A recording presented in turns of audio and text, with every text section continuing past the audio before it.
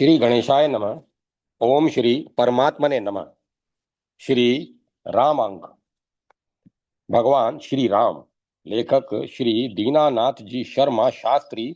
सारस्वत विद्यावागीश विद्यानिधि विद्या वाचस्पति। प्रसन्नताम या च गताभिषेकता इत्यादि अवतार भगवान का हुआ करता है। भगवान सनातन है। वेद भी सनातन है, भगवान की सनातन वाणी है। अतः वेद में भी भगवान के अवतारों का संकेत हो, यह स्वाभाविक ही है। देखिए, प्रतद विष्णु इत्यादि। इस मंत्र में विष्णु भगवान को कूचर कहा गया है। कौ पृथ्व्याम चरतीति कूचरः। धूलोक में जिनका नित्य धाम है, उन भगवान को कूचर, पृथ्वी पर संचरण करने वाला कहना भगवान का अवतरण बता रहा है।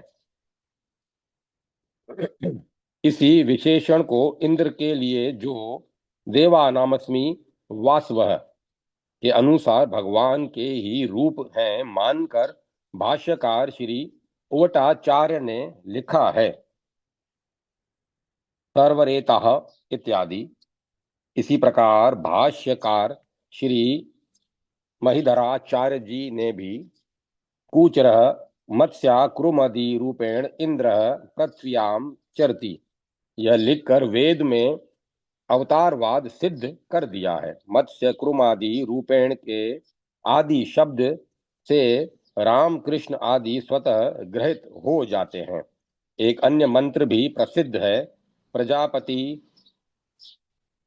प्रचरति गर्भे अंतर्जायमानो बहुधा विजायते। इस मंत्र में प्रजापति परमात्मा का गर्भ के अंदर उत्पन्न न होकर विशेष रूप से प्रकट होना कहा गया है। इस बात को ब्रह्मवैवर्त आदि पुराणों में स्पष्ट किया गया है कि गर्भ में वायु भर जाने के कारण बाहर से गर्भ में भगवान की स्थिति प्रतीत होती है, पर 10वें मास में गर्भ की वायु निकल जाती है और उस समय भगवान विशेष रूप से प्रकट हो जाते हैं। देखिए, पूर्ण न 10वें मासी गर्भ पूर्णो भूदे बभूव बभूव सा देव की चल स्पंदा जड़ रूपा च नारद।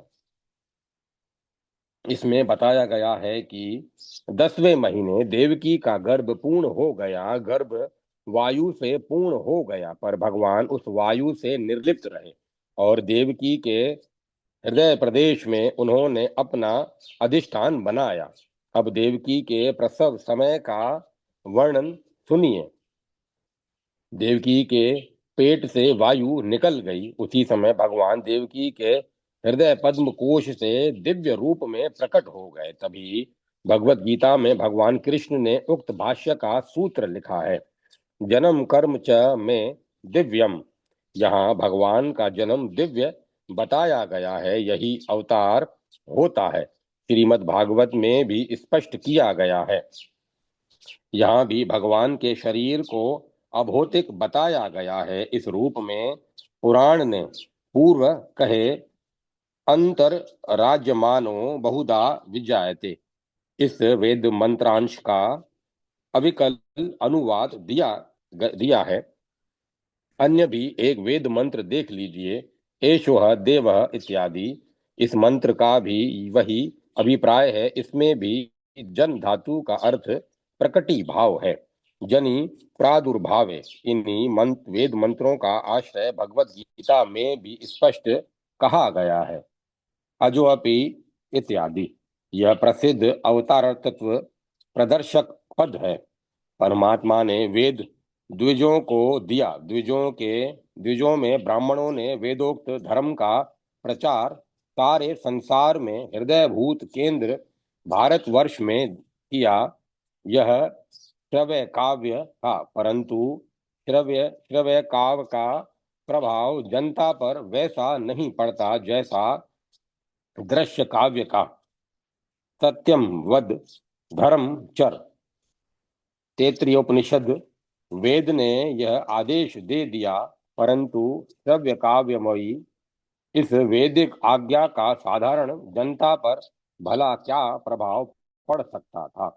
पर जब किसी श्रव्य काव्य का अर्थ दृश्य काव्य नाटक आदि द्वारा सत्य हरिश्चंद्र आदि नाटक के रूप में दिखलाया जाता है, तब उसका प्रभाव साधारण जनता पर भी ठीक ठीक पड़ता है और जनता उसके अनुकरणार्थ उदत भी हो जाती है। इसी सत्य हरिश्चंद्र नाटक से श्री मोहनदास गांधी पहले सत्य प्रिय और कर्मवीर बने, फिर महात्मा तथा विश्व वंद्य बने कहलाए। परमात्मा ने भी यही किया, केवल हमें अपना श्रव्य काव्य वेद ही नहीं सौंपा, बल्कि उन वेद के सिद्धांतों का स्वयं अभिनय करके भी हमें सिखलाने के लिए दिखलाया। वेद परमात्मा के लिए कहता है, त्वम ही नः पिता वसो त्वम माता। इस मंत्र से यह उस वेद को परम पिता और परम माना गया है। परंतु उस परम पिता ने भी हमें शिक्षा देने के लिए अपने माता पिता भी बनना स्वीकार किया और फिर उन वेद के सिद्धांतों का मर्म भी स्वयं अभिनय करके हमें सिखलाया है। अनुव्रतः पितरः पुत्रो मात्रा भवतु सम्मनः जाया पत्ये मधुमतिम वाचम वदुत शांतिवाम। भगवान ने इन्हीं वैदिक सिद्धांतों का अनुकरण करने के लिए स्वयं अवतार लिया, जिससे पुत्र पिता के व्रतों नियमों एवं प्रतिज्ञाओं का पालन करने वाला बने, उसकी प्रत्येक आज्ञा का पूर्ण करने वाला बने, माता की चाहे वह विमाता ही क्यों न हो अंतर मन से दी गई धर्म सम्मत आज्ञाओं को पूर्ण करने वाला बने, उसमें उससे विमनस्क होकर न रहे, पत्नी पति का आदर करने वाली और उसके एक एक संकेत के अनुसार चलने वाली, पति के सुख में सुखिनी और उसके दुख में दुखिनी, पति से मधुर बोलने वाली, उसके अप्रिय व्यवहार करने पर भी मन से भी पति का अनिष्ट न सोचने वाली शांति प्रिय बने। राम रूप में अवतार लेकर भगवान ने इन्हीं वैदिक सिद्धांतों का शिक्षणार्थ शिक्षार्थ अभिनय करके दिखलाया। वेद में यह भी बताया गया है, माँ भ्राता भातराम द्विषैन माँ स्वरार मुत स्वसा। भाई भाई से द्वेष न करने वाला बने, छोटा भाई बड़े भाई को पितृस्थानीय मानकर उसके संकेतानुसार चलने वाला और बड़ा भाई छोटे भाई के दोषों को न देखने वाला, उसके अप्रिय कार्य करने पर भी उसके साथ बुरा व्यवहार न करने वाला बने, बहन बहन से प्रेम करने वाली बने, अपने बहन की सौभाग्य वृद्धि देखकर उससे जलती न रहे, ईर्ष्यालु न बने। कृष्ण यजुर्वेद में भी कहा है, मातृदेवो भव पितृदेवो भव आचार्य देवो भव।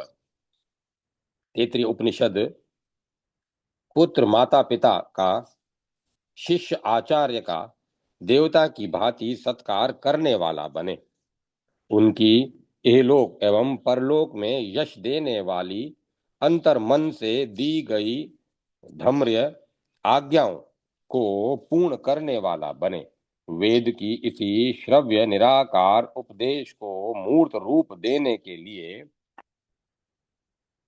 निराकार भगवान ने स्वयं दृश्य रूप भी ग्रहण किया। भगवान ने रामा अवतार का अभिनय दिखलाकर उसका यह सफल परिणाम दिखलाया, मातृदेवो भव पितृदेवो भव आचार्य देवो भव।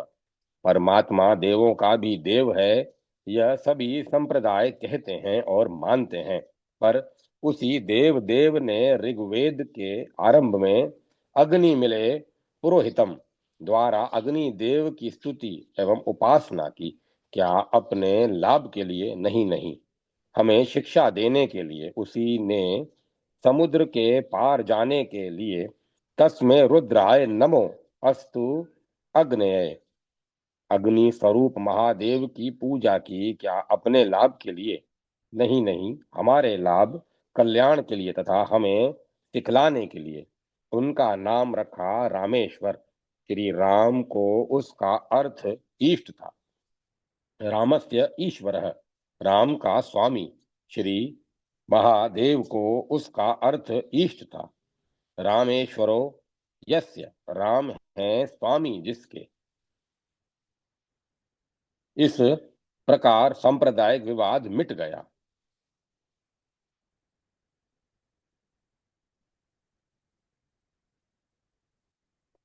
श्रीमद् भागवत तथा श्रीमद् देवी भागवत पुराणों में भी आता है, मत्स्य अवतार इत्यादि।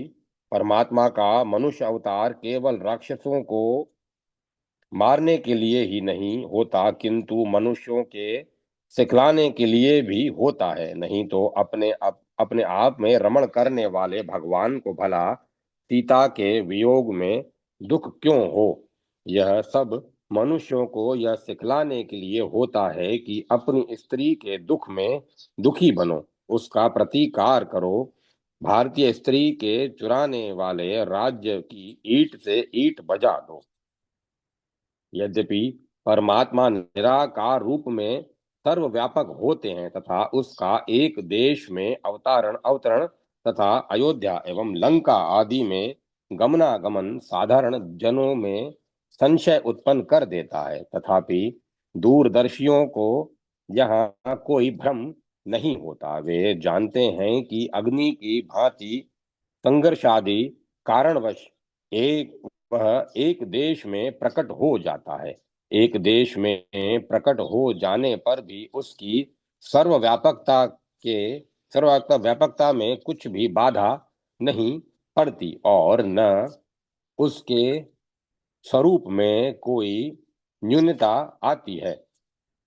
पूर्णस्य पूर्णमदाय पूर्णमेवावशिष्यते। पूर्ण से पूर्ण अंश के निकलने पर भी वह पूर्ण ही रहता है। यदि अग्नि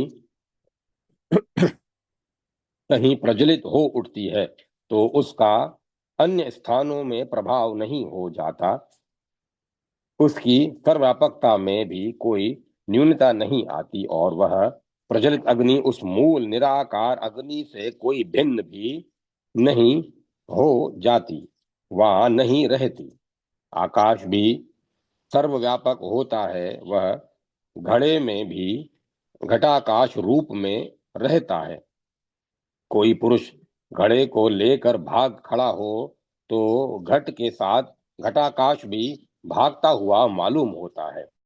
घट के अनुसार उसका परिमाण भी उस समय हो जाता है, पर ये सब स्थूल दृष्टियां हैं। सूक्ष्म दृष्टि वाले जानते हैं कि आकाश में घड़ा जा रहा है, आकाश नहीं भाग रहा है। सिनेमा में लोग भागते हुए मालूम होते हैं, वस्तुतः वे भागते नहीं होते, चित्र पर चित्र एक साथ प्रकट हो रहे होते हैं। वही पुरुष का भागना मालूम पड़ता है। रात को बोर्ड की सीनरी पर बिजली दौड़ रही मालूम होती है, पर वहां बिजली उसी रूप में रहती है, केवल यंत्र चल रहा होता है। इस प्रकार विचार दृष्टि रखने पर कुटस्थ सर्वव्यापी परमात्मा के गमनागमन की वास्तविकता ज्ञात हो जाती है कि वह लीला मात्र है। लोगों को शंकाएं या भ्रम कुछ स्थूल दृष्टिवश, कुछ अल्पश्रुताता व्यवहार अज्ञानवश, कुछ अपनी एक देशीय सांप्रदायिक दृष्टि के दुराग्रहवश हुआ करते हैं। सनातन धर्म की सूक्ष्मतम दृष्टि स्वीकृत करने पर सभी प्रकार की शंकाएं एवं कुतर्क हट जाते हैं। अस्तु, निराकार रूप में यद्यपि अग्नि सर्वत्र है, तथापि वह सर्वसाधारण के उपयोग में नहीं आ सकता। प्रज्वलित अप्रज्वलित अग्नियों में वास्तव में कोई भेद नहीं होता, परंतु प्रज्वलित अग्नि ही सर्वसाधारण के काम में आता है और सबके द्वारा सेवनीय होता है। यह ठीक है कि सूक्ष्म में स्थूल की अपेक्षा अधिक शक्ति होती है, पर संसार प्राणी स्थूल होने से वे सूक्ष्म से काम नहीं ले सकते। उन्हें रोटी पकानी होती है, उसे वे सूक्ष्म अग्नि से नहीं पका सकते।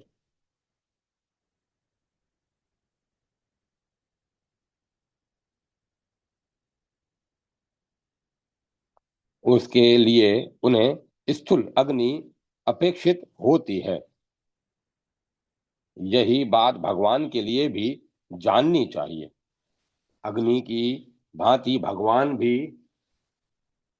प्रकट होकर यद्यपि फिर पृथ्वी से तिरोभूत हो जाते हैं, तथापि दिव्यतावश उनकी यह वह प्रकट हुई शक्ति इस पृथ्वी पर अक्षुण्ण रहती है, और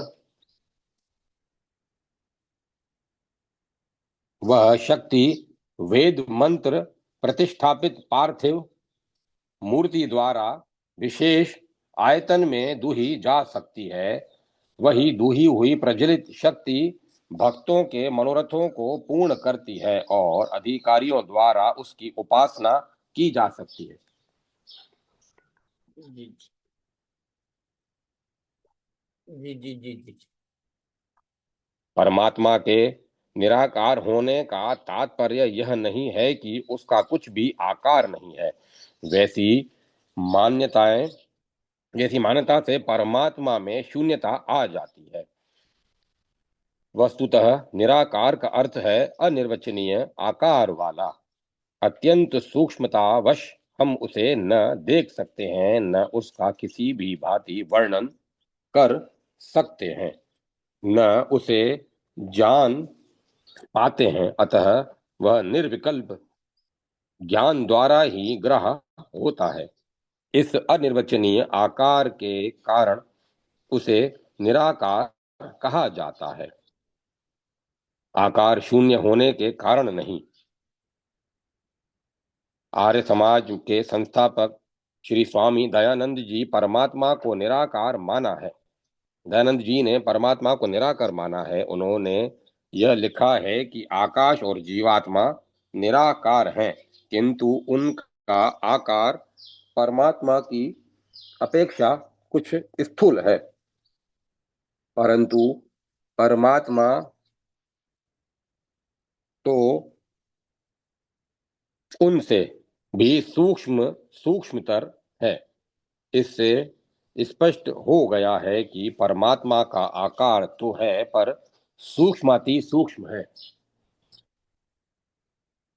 इसी कारण ही सनातन धर्म परमात्मा को साकार भी कहता है, लेकिन स्पष्ट है कि यह लौकिक आकार नहीं, भौतिक आकार नहीं, किंतु दिव्य एवं अनिर्वचनीय आकार है। निराकार में निर अनुदरा कन्या अनमित्रो राजा अजात शत्रु युधिष्ठिर आदि में नज की भांति अल्प अर्थ वाला अथवा अस्फुट अर्थ का वाचक ही होता है। ऐसी स्थिति में परमात्मा की निराकारता अपेक्षाकृत हुई आकार के सर्वथा अभाव की घोतक नहीं। अवतारवाद के विरुद्ध यह कहा जाता है कि परमेश्वर सबसे बड़ा एवं निराकार है। वह मनुष्य आदि के लघु शरीरों और अत्यंत लघु गर्भाशयों में कैसे प्रवेश कर सकता है। अतः परमात्मा का अवतार संभव नहीं। इस पर जानना चाहिए कि आकाश भी सभी सांसारिक वस्तुओं से महान है और निराकार है, परंतु ईश्वर की अपेक्षा महास्थूल है, क्योंकि परमात्मा के लिए सूक्ष्माच तत् सूक्ष्मातरम विभाति कहा गया है। इस प्रकार परमात्मा की अपेक्षा स्थूल आकाश भी जब घट आदि छोटे छोटे पदार्थों में पूर्णतया प्रविष्ट होकर घट में घटाकाश नाम से तथा मठ आदि में मठाकाश आदि नामों से प्रसिद्ध होता है, घट आदि उपाधि के हटने से उसका उस आकाश का नाश नहीं होता। तब आकाश में भी महासूक्ष्म परमेश्वर यदि माता के गर्भाशय में प्रविष्ट हो जाता है, प्रजापतिश्चरति गर्भे अंतर्जाय मनो बहुधा विजायते। इस वेद मंत्रानुकूल जिसकी व्याख्या हम पहले ब्रह्मवैवर्त पुराण के वचन से कर चुके हैं, दिव्य रूप से अवतीर्ण हो जाता है, तो इसमें आश्चर्य क्या। धर्म को श्याम श्रिय श्रियमाण देखकर भगवान उसकी निज प्रकार से रक्षा देखते हैं। उसी प्रकार से देव, मनुष्य, पशु, पक्षी आदि के शरीरों में प्रकट होकर धर्म की रक्षा करते हैं और अपने स्वरूप में भी यथा स्थिति रहते हैं। जैसे आकाश घट के भीतर विद्यमान होकर घटाकार दिखता है, घटाकृति के तिरोहित हो जाने पर वही घटाकाश अपने स्वरूप में आ जाता है। घट रूप उपाधि के योग से आकाश में कोई विकार नहीं होता, वैसे ही परमात्मा के अवतार के विषय में भी जान लेना चाहिए।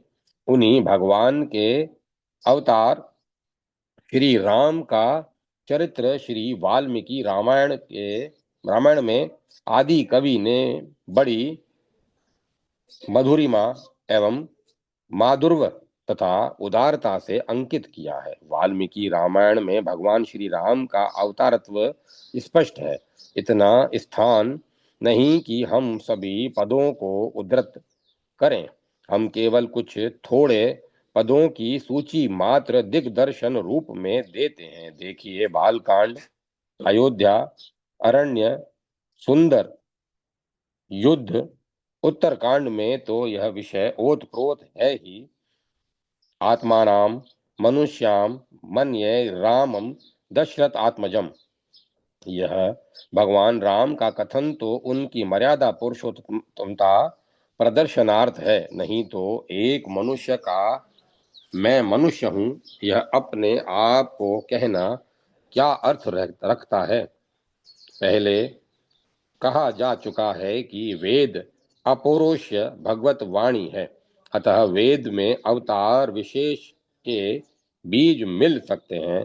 पाठक गण देखें, भद्रो भद्रा सच मान आगत स्वराम जारो अभ्यति पश्चात इत्यादि। श्री राम का नाम रामभद्र, उत्तर रामचरित आदि में बहुत प्रसिद्ध है। विनापि प्रत्ययम पूर्वोत्तर पद और वा लोपः। इस वार्तिक के अनुसार सत्यभामा पद से भामा सत्या आदि की तरह, राम भद्र पद से भद्र राम, ये प्रयोग पूर्व पद व उत्तर पद के लोप से बन सकते हैं। इसी प्रकार उपर्युक्त मंत्र में पूर्व पद राम का लोप होकर भद्र बच गया है, अतः उक्त मंत्र का अर्थ हुआ भद्र भजनीयो राम भद्र श्री राम इत्यादि। श्री राम सीता के साथ वन में गए। श्री राम के पीछे रावण आया, वह सीता को हर ले गया। रावण के मरने पर अग्नि देवता ने राम की तेजो रूपो पत्नी सीता को लेकर श्री राम के सामने उपस्थित किया। वेद सीधा इतिहास ग्रंथ तो है ही है नहीं कि उसमें सभी इतिहास क्रमिक रूप में से आए, उसमें तो बीज देखने पड़ते हैं। एक प्रश्न यह भी उपस्थित होता है कि वेद में सायण या उवट महीधर ने राम और कृष्ण का श्याम वर्ण अर्थ किया है। अवतार वाद का तो उन्होंने कहीं भी समर्थन नहीं किया। फिर इस मंत्र में राम अवतार का वर्णन कैसे संभव है।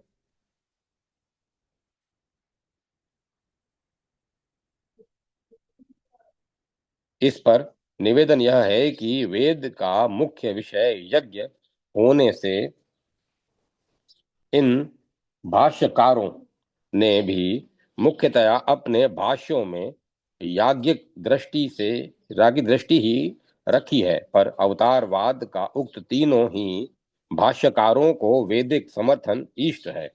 हम पहले लिख चुके हैं कि उवट महीधर ने कूचर का अर्थ करते हुए कूचरः मत्स्य कृमादि रूपेण इंद्र पृथ्व्यावाम चरति कहकर अवतारवाद को वैदिक सिद्ध कर दिया। आदि शब्द से राम कृष्ण आदि भी उनमें स्वतः अंतर्गत हो जाते हैं, यह सर्वसाधारण में प्रसिद्ध है ही। और फिर इस मंत्र का देवता अग्नि है। अग्नि वे सर्वा देवता। इस निरुक्त के वचनानुसार अग्नि के अंतर्गत श्री राम अवतार भी स्वयं ग्रहित हो जाता है। अब रहे श्री सायणाचार्य, उन्होंने भी इदम विष्णु विवर चक्र में इत्यादि मंत्र के भाष्य में विष्णु श्री विक्रम अवतारे पादत्रय क्रमणस्य के द्वारा वामन अवतार का स्पष्ट निरूपण करके अवतारवाद को वैदिक सिद्ध कर दिया है। मंत्र के भाष्य में भी उन्होंने कूचरः क्रशु सर्वासु भूमिषु लोकत्रये संचारी वा कहकर भी इस मंत्र के द्वारा अवतारवाद को वैदिक सिद्ध कर दिया है। भूलोक से विष्णु का पृथ्वी लोक में अवतरण प्राकट्य का नाम ही अवतार है। अतः जैसे श्वेतो धावती का श्वेत गुण वाला अश्व अर्थ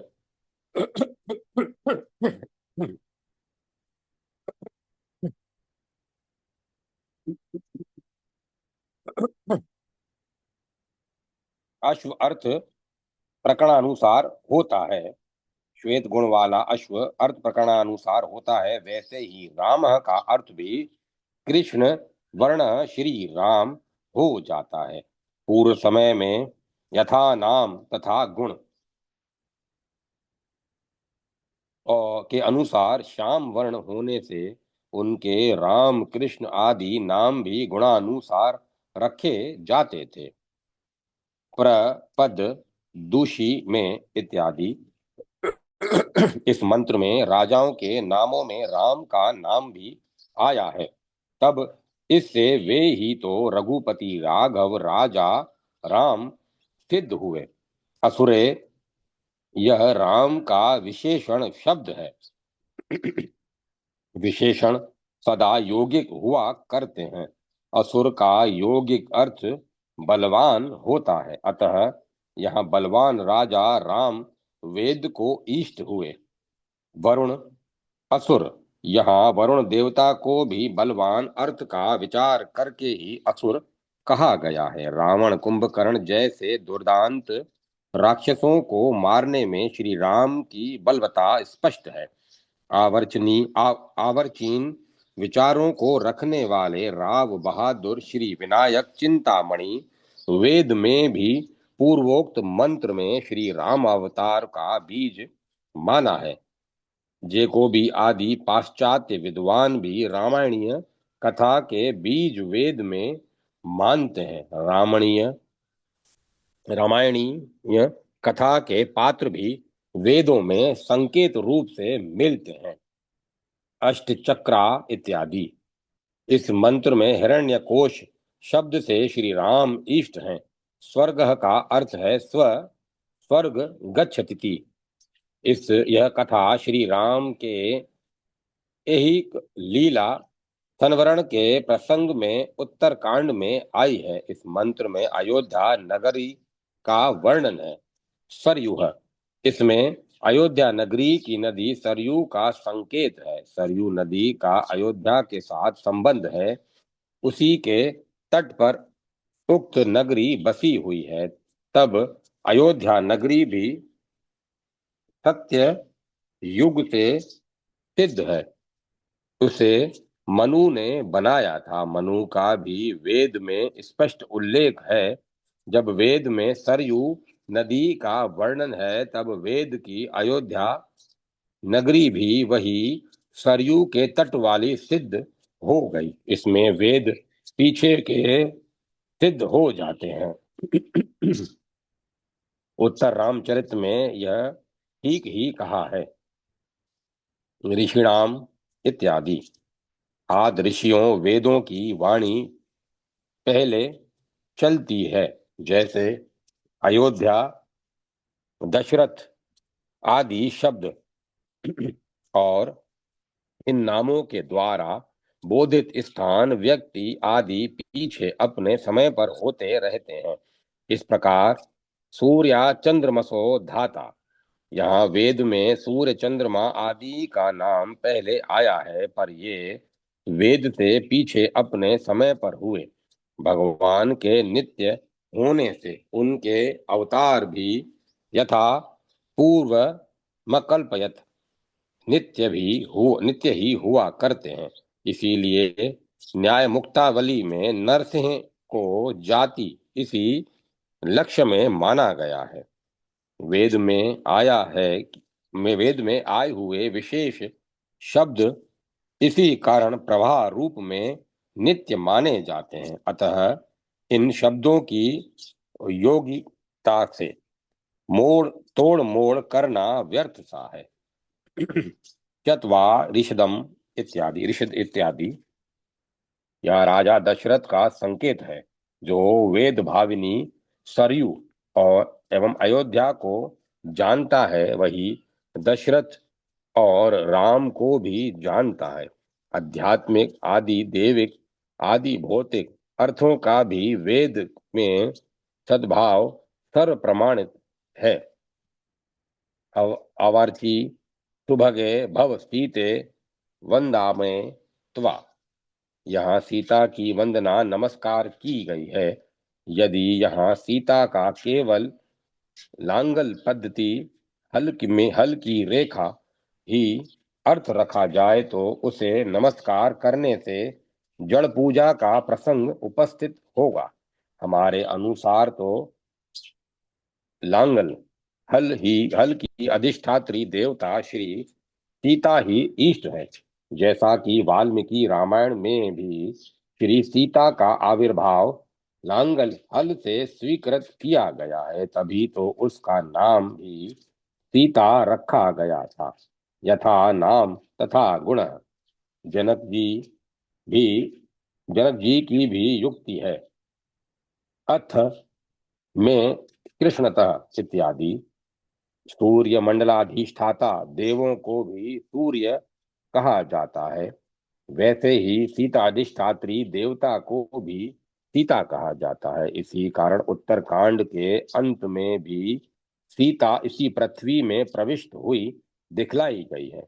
इंद्र सीताम इत्यादि यहाँ श्री राम द्वारा सीता की निग्रह कथा का कुशा अग्नि द्वारा यह सीता को वापस लौटाना सूचित किया गया है। यहाँ पर इंद्र से रामावतार इष्ट है, जैसा कि उवट महिधराचार्य द्वारा अपने भाष्य में इंद्र का कुचरत्व अवतार लेना हम पहले ही बता चुके हैं।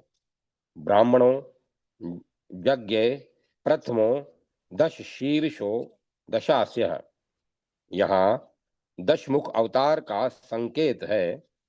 अतः पूर्व कथनानुसार श्री राम ने जहाँ राक्षसों का वध किया है, वहां पर मर्त्य शिक्षण भी किया है। इसीलिए हम सभी को श्री राम अवतार से शिक्षा ग्रहण करनी चाहिए। इसी से भारत में सुख शांति रहेगी। हमने इससे बढ़कर अपनी श्री सनातन धर्मालोक ग्रंथ माला में भी विचार किया है। श्री भगवान श्री रामचंद्र लेखक, जय माता सरस्वती, जय मां सरस्वती। भगवान श्री रामचंद्र लेखक, राष्ट्रपति पुरस्कृत डॉक्टर कृष्णदत्त जी भारद्वाज आचार्य। भूमिका। भारतीय संस्कृति के आदिम स्तोत्र हमारे वेद हैं। वैदिक वाङ्मय से अधिक प्राचीन अन्य कोई साहित्य विश्व में नहीं है। वेद में मानव मात्र के श्रेय एवं प्रेय एवं श्रेय के संपादनार्थ अनेकानेक उपाध्याय उपदेश हैं। वे उपदेश गद्य पद्य और गीता की शैली में उपलब्ध हैं। साधारणतया वैदिक वाक्यों को मंत्र कहा जाता है और उनके दृष्टाओं को ऋषि। वैदिक ऋषि अनेक हैं। इनमें उनमें से तीन विष्णु उपासना की दृष्टि से मुख्यतया उल्लेख योग्य हैं। वशिष्ठ, मेधातिथि और दीर्घतमा। विश्व में अंतर्यामी रूप से सर्वत्र व्यापक परमात्मत्व तत्व श्रीमान श्री श्रीमान विष्णु का साक्षात्कार करने वाले कण्वानंद कण्वानंद महर्षि मेधातिथि की युक्ति है कि वे विष्णु पृथ्वी के रक्षक, अदम्य और धर्म धुरंधर हैं। वे इंद्र के सखा हैं एवं उनके परम पद का नित्यमेव साक्षात्कार वे महानुभाव किया करते हैं, जो पूर्ण ज्ञानवान सूर्य हैं, कर्म परायण विप्र हैं और स्तवनशील विपन्यु हैं। तत्पश्चात धन प्राप्ति के लिए प्रार्थना करते हुए मेधातिथि कहते हैं, हे विष्णु, पृथ्वी, अंतरिक्ष और आकाश से विविध मणि मुक्त आदि धन संपत्ति अपने दोनों दक्षिण और वाम कर कमलों में भरकर हमें दीजिए। पुष्पत्थे पुत्र ब्रह्म ऋषि दीर्घतमा की वाणी है कि श्री विष्णु ने उन इन पार्थिव लोकों का निर्माण किया है और उपरितन गगन मंडल को भी स्वकक्षा में स्थापित किया है।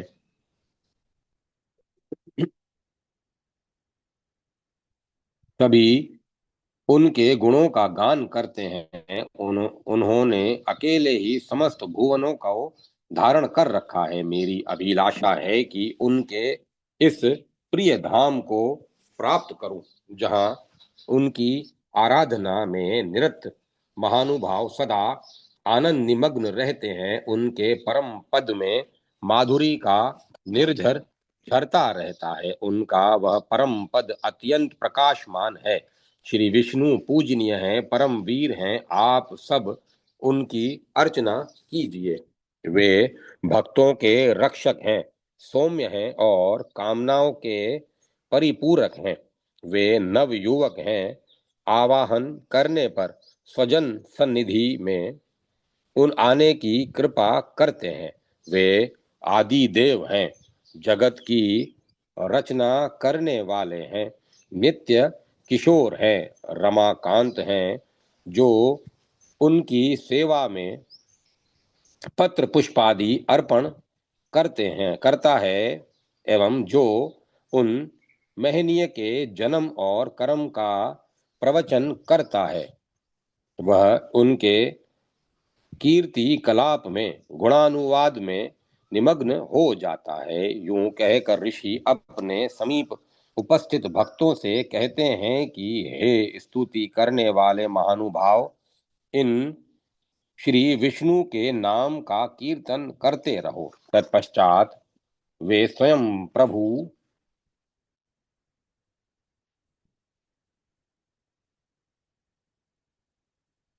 वे स्वयं प्रभु से निवेदन करते हैं, हे विष्णु, आप महान हैं, महनीय हैं। हम सब आपकी दया दृष्टि का आश्रय लेते हैं। मित्र वरुण तनय ब्रह्म ऋषि वशिष्ठ ने तो यहाँ तक कह दिया। हे विष्णु, हे देवादिदेव, आपकी महिमा का पार न तो अब तक उत्पन्न किसी भी व्यक्ति ने पाया है और न वही पा सकता है जो अब जन्म ले रहा है। श्री विष्णु भगवान की इस वेदोक्त उदात्त चर्चा को कतिपय जन सूर्य चर्चा भी सूर्य चर्चा कह दिया करते हैं। वे यह भूल जाते हैं कि इन्हीं ब्रह्म ऋषि के सूक्तों में एक स्थान पर विष्णु को सूर्य नहीं अपितु सूर्य का सृष्टा बताया गया है। वे सुमजानी शब्द पर भी ध्यान नहीं देते, जिसका अर्थ ऊपर रमाकांत किया गया है और जो एतावता स्पष्ट ही विष्णु का सूचक है। न जाने वे विष्णु के परम पद का किस प्रकार सूर्य मंडल अर्थ कर लेते हैं।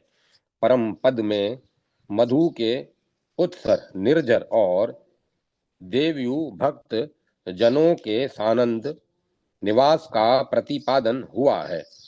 जो दहनानल पिंड सूर्य मंडल में संभव नहीं है। इसी प्रकार वे उस आर्ष सुक्ति को भी भूल जाते हैं जिसमें भगवान विष्णु से प्रार्थना की गई है कि आप अपने दक्षिण और वाम कर कमलों द्वारा हमें संपत्ति प्रदान कीजिए। वेद में श्री विष्णु का परम पद इस त्रिगुणात्मिका प्रकृति से परे बताया गया है। वहाँ पुण्यात्मा ही जा सकते हैं और वही शंख चक्र गदाधर भगवान का स्मरण होता रहता है। वह मोक्ष धाम है। श्री विष्णु का एक और नाम है पुरुष। हमें इमें वे लोकाम पुनः इत्यादि पुरुष के एक चरण में एक अंश में यह प्रपंच सृष्टि विद्यमान है। तीन चरण प्रपंच से परे हैं। श्री विष्णु भगवान का अवतार परम पुरुष विष्णु भगवान के एक चरण में जो त्रिगुणात्मक विश्व ब्रह्मांड है उन्हें उनकी एक पाद विभूति कहा जाता है और जो सच्चिदानंद में तीन चरण हैं उन्हें त्रिपाद विभूति कहा जाता है। त्रिगुण का विलास है त्रिवर्ग अर्थात धर्म अर्थ और काम। इन तीनों में जब यथा योग्य सामंजस्य रहता है तब सृष्टि व्यापार सुचारू रूप से चलता रहता है। किंतु जब रजो में अर्थ और तमो में काम अत्यंत प्रबल होकर सत्व में धर्म को नष्ट करने लगते हैं तब दुर्दांत दैत्यों और दुर्जनों के उपद्रवों से शांति प्रिय देवताओं और सज्जनों को बड़ा कष्ट और कलेश होने लगता है। उस समय त्रिभुवननाथ भगवान विष्णु प्रपंच में उचित वेला में और उचित स्थान पर अवतीर्ण होकर युगानुकूल सज्जनों का परित्राण दुर्जनों का विनाश और धर्म की स्थापना किया करते हैं।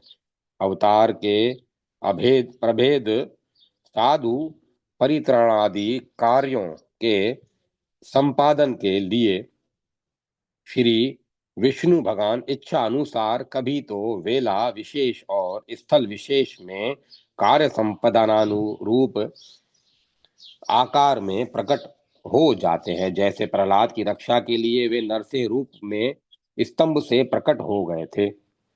कभी अपनी त्रिपाद विभूति से ही यहाँ आते हैं। जैसे ध्रुव को दर्शन देकर कृतार्थ करने के लिए अपने चतुर्भुज रूप से मधुवन आए थे और कभी अपने धाम से विशिष्ट माताओं पिताओं के यहाँ आकर नर लीला करते हैं। जैसे अयोध्या में कौशल्या दशरथ जी के प्रसाद में श्री राम रूप से आकर की थी। भगवान के आने के ये तीनों प्रकार अवतार कहे जाते हैं। पुरुषावतार गुणावतार कल्पावतार युगावतार लीलावतार स्वरूप अवतार आवेशावतार पूर्णावतार अंशावतार कला अवतार आदि अवतार के आवंतर प्रभेद हैं जिनकी चर्चा स्थानाभाव से यहाँ नहीं की जा रही है। अवतार के संबंध में भ्रांत दृष्टिकोण कतिपय आवर्चनी प्राज्ञजन यह कह देते हैं कि अवतार का अर्थ है मानवीय स्वरूप को ईश्वरीय स्तर तक उठा देना। जब कोई सीमित व्यक्ति आध्यात्मिक गुणों को विकसित कर लेता है तब हम यह कह देते हैं कि ईश्वर का जन्म हुआ है। ऐसे विचारों से प्रभावित हुए अद्वैता और अध्यापक भी कहते सुने जाते हैं कि वीर राम जो पुरातन काव्यों के सद्गुण संपन्न रण विजेता नायक थे, कालांतर में भगवान राम के रूप में विचित्रित होने लगे और इस प्रकार मानव राम का ही क्रमशः सर्वशक्तिमान भगवान राम के रूप में वर्णन और पूजन होने लगा।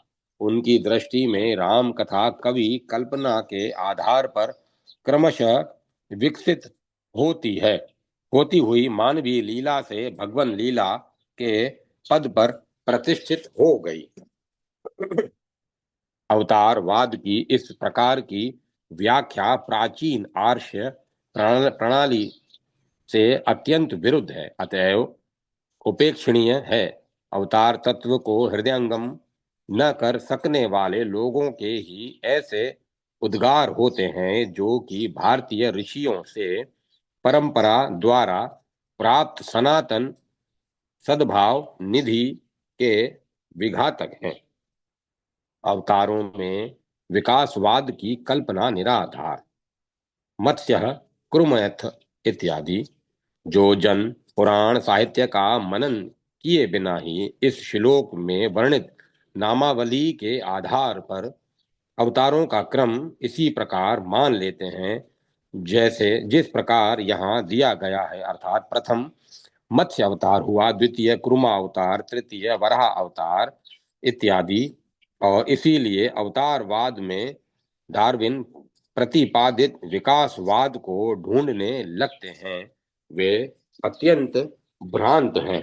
उनको यह जानना चाहिए कि जिस पुराण ने यह बताया है कि भगवान ने प्राचीन काल में मत्स्य रूप धारण किया था, उसने यह तो नहीं बताया था कि उस समय मनुष्य आदि नहीं थे।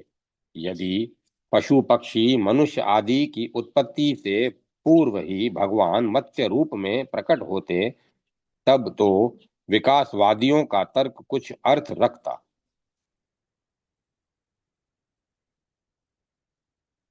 किंतु पुराण में तो हमें मत्स्य अवतार की कथा को इस प्रकार पढ़ते हैं कि एक दिन कृतमाला नदी के तट पर सत्यव्रत नामक एक राज ऋषि तर्पण कर रहे थे। इतने में ही एक छोटी सी मछली उनकी अंजलि में आ गई।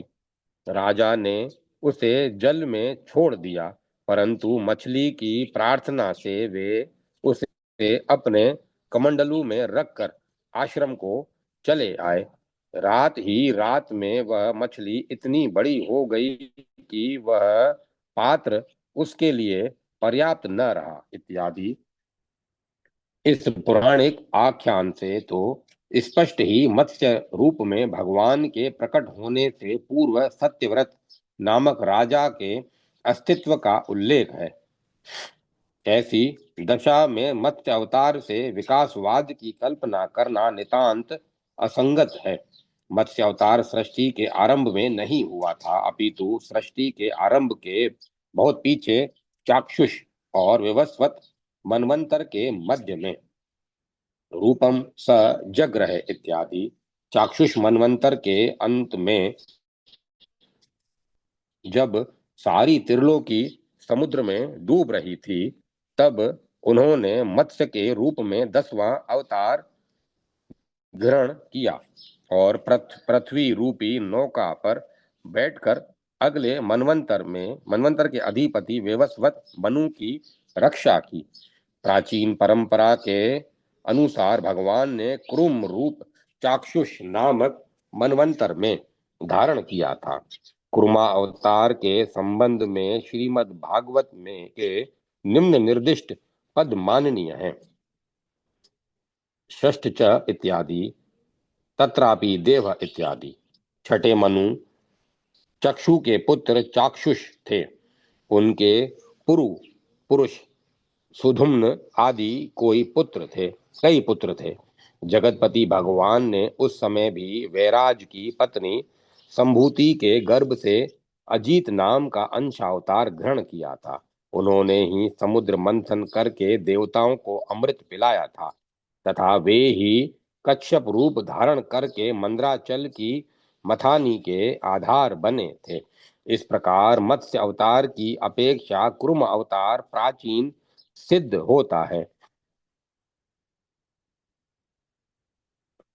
इस सिद्धि के से अवतारों में विकासवाद की कल्पना खंडित हो जाती है। वराह अवतार तो कुर्म अवतार से भी प्राचीन है, क्योंकि भगवान वराह रूप प्रथम स्वयंभू मनवंतर में धारण किया था। इस संबंध में श्रीमद् भागवत में के तृतीय स्कंद में के त्रयोदशाध्याय के पद अनुशीलनीय हैं। इस विवेचन से हम इस निर्णय पर पहुंचते हैं कि भगवान विष्णु का वराह अवतार प्रथम स्वयंभू मनवंतर में हुआ था, कुर्मा अवतार छठे चाक्षुष मनवंतर में और मत्स्य अवतार छठे तथा सातवें मनवंतर के बीच में।